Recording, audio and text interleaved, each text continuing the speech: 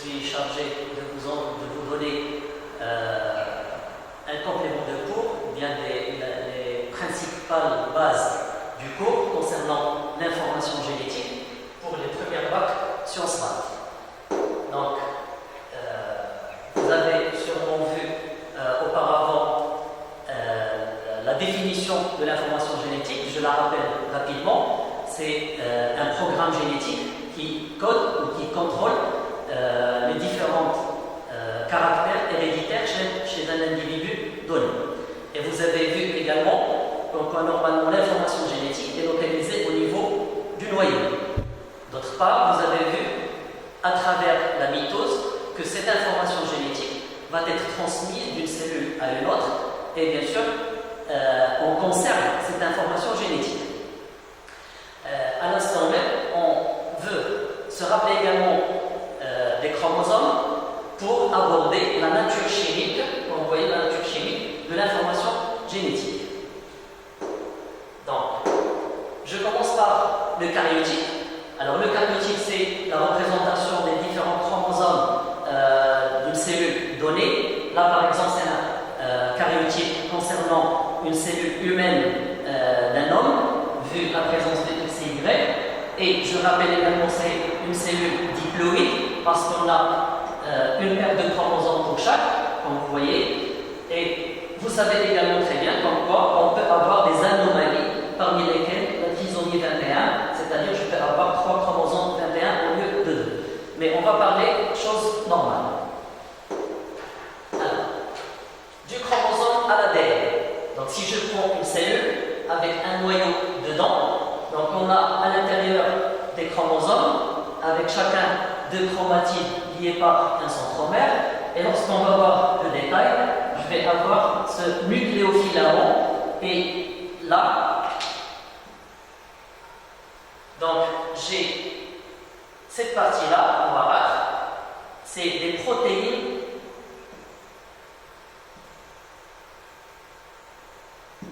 histones. Alors chaque protéine histone avec l'ADN constitue ce qu'on appelle un nucléosome. Alors normalement, à l'interface, on va trouver uniquement des nucléosomes. Mais lorsqu'on entre dans les différentes étapes de la mitose, donc on va parler chromosome. Alors notre nucléofilament, lorsqu'on l'agrandit encore plus, on va trouver la molécule qui nous intéresse, qui est la molécule d'ADN, et donc c'est la molécule, bien sûr, qui est la base de l'information génétique. Alors, comment on peut prouver que c'est l'ADN qui est la molécule d'information génétique? Donc, on va parler de certaines expériences historiques. La première, c'est l'expérience de Griffith, pour laquelle il a utilisé 2 souches de bactéries. Une souche S avec une capsule et qui est virulente, et une souche qui ne possède pas de capsule, qui n'est pas virulente. Pour la première expérience, lorsqu'il a inoculé la souche rugueuse, qui n'est pas virulente, comme vous voyez, la souris reste vivante.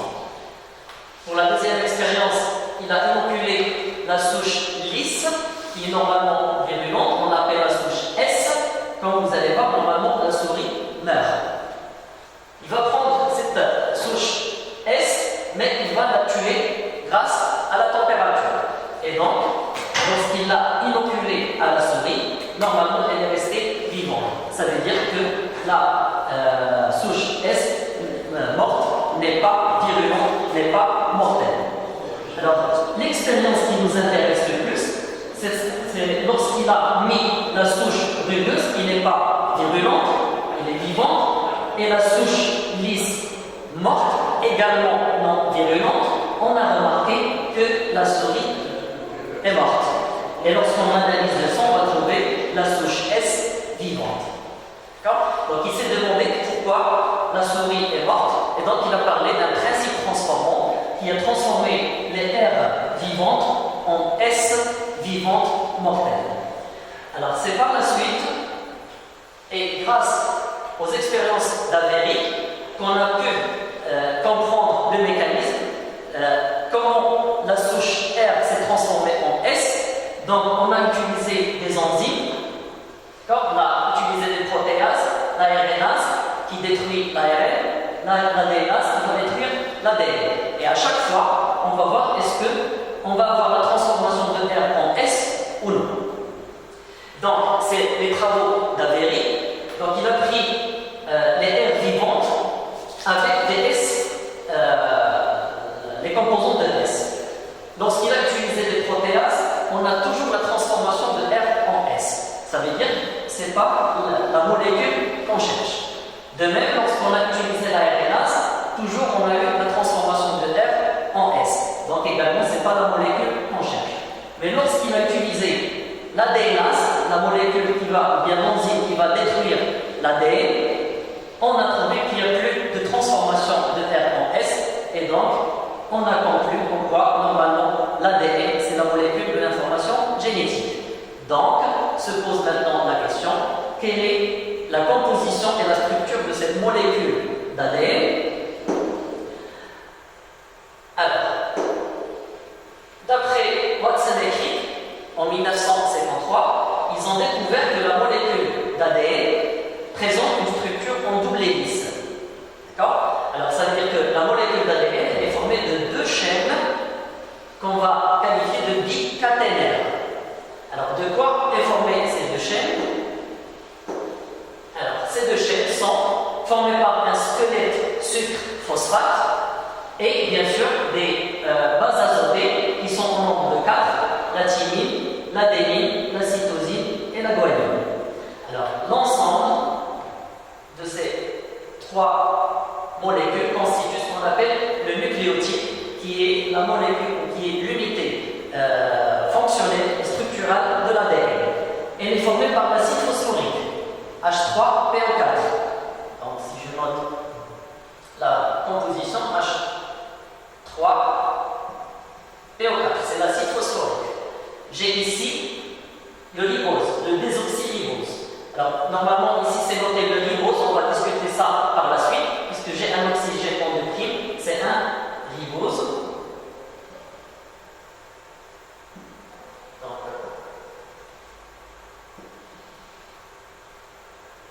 c'est un sucre à 5 carbone, et là, bien sûr, j'ai une base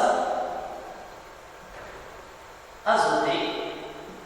Comme on a dit, en nombre de 4, on a deux bases puriques et deux bases pyrimidiques. Alors, en ce qui concerne les bases, les voilà. Donc, on a 4 bases pour l'ADN et une qui va être permutée à l'ARN. Alors, ce qui est commun, c'est l'adénine, la guanine, d'accord? Et j'ai la cytosine et la thymine pour l'ADN. Par contre, j'ai l'uracile pour la molécule d'ARN. Alors, le sucre, ribose, désoxyribose. Donc, la normale, c'est qu'il doit être un ribose. Avec, bien sûr, on a, comme j'ai dit, un sucre à 5 carbones. Le sommet, c'est un oxygène. On a les 5 carbones suivants. Et pour chaque carbone, on a la fonction hydroxyde OH. Donc, ça, c'est une ribose qu'on va trouver pour la molécule d'ARN. Mais pour l'ADN, au niveau 2', on a élimination d'un atome d'oxygène et donc on l'a appelé désoxyribose. Alors, notre chaîne, comme on l'a vu, lorsqu'on va la séparer, on va trouver l'alliance entre les bases azotées comme suit. Alors, j'aurai toujours entre C et G et entre A et T. Alors, entre C et G, on a 3 liaisons hydrogènes. Alors, la liaison hydrogène, c'est une liaison faible, de faible énergie, qui se présente soit entre l'azote et l'hydrogène, soit l'oxygène et l'hydrogène. Je vais le montrer dans la diagramme suivante. Donc, je note ici qu'il y a 3 liaisons hydrogènes entre C et G et 2 liaisons hydrogènes entre A et T. Alors, donc, comme j'ai signalé tout de suite, j'ai notre acide phosphorique, on a le ribose, ou le désoxyribose, pardon, donc c'est notre squelette, et les deux chaînes sont liés par les bases azotées. Donc j'ai la cytosine avec la guanine. À 3 reprises, j'ai l'hydrogène en face d'oxygène, l'azote en face d'hydrogène, l'oxygène en face d'hydrogène. Alors que entre la thymine et l'adénine, je n'ai que 2 liaisons hydrogène du fait que uniquement à 2 reprises, l'hydrogène est en face soit d'oxygène, soit de l'azote. Alors ceci est à la base de la polarité de cette molécule et c'est une caractéristique très importante. Alors si je prends ce sucre-là, je vais trouver en position 5' un OH libre. De l'autre extrémité, je vais trouver un OH libre en 3'. Et donc je peux noter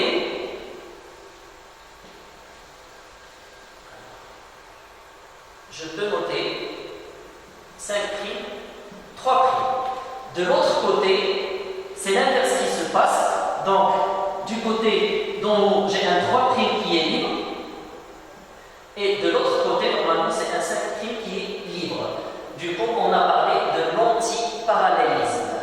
Donc, si on récapitule, notre molécule d'ADN qui est la molécule de l'information génétique qui va coder pour tous les caractères héréditaires d'un être vivant, elle est formée par 2 chaînes de nucléotides. Chaque nucléotide est formé par un désoxyribose plus une base azotée plus un acide phosphorique.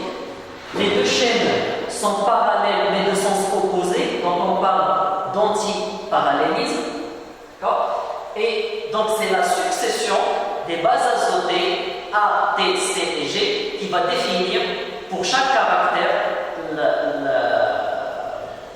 qui va coder pour un caractère donné pour cet être vivant. Et donc, je termine par la source. Donc c'est des documents d'internet. Et merci pour votre attention. À 2 reprises, l'hydrogène est en face soit d'oxygène, soit de l'azote. Alors ceci est à la base de la polarité de cette molécule et c'est une caractéristique très importante. Alors si je prends ce sucre-là, je vais trouver en position 5' un OH libre.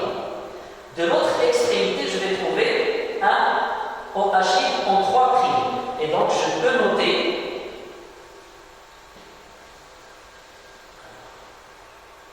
je peux noter 5', 3'.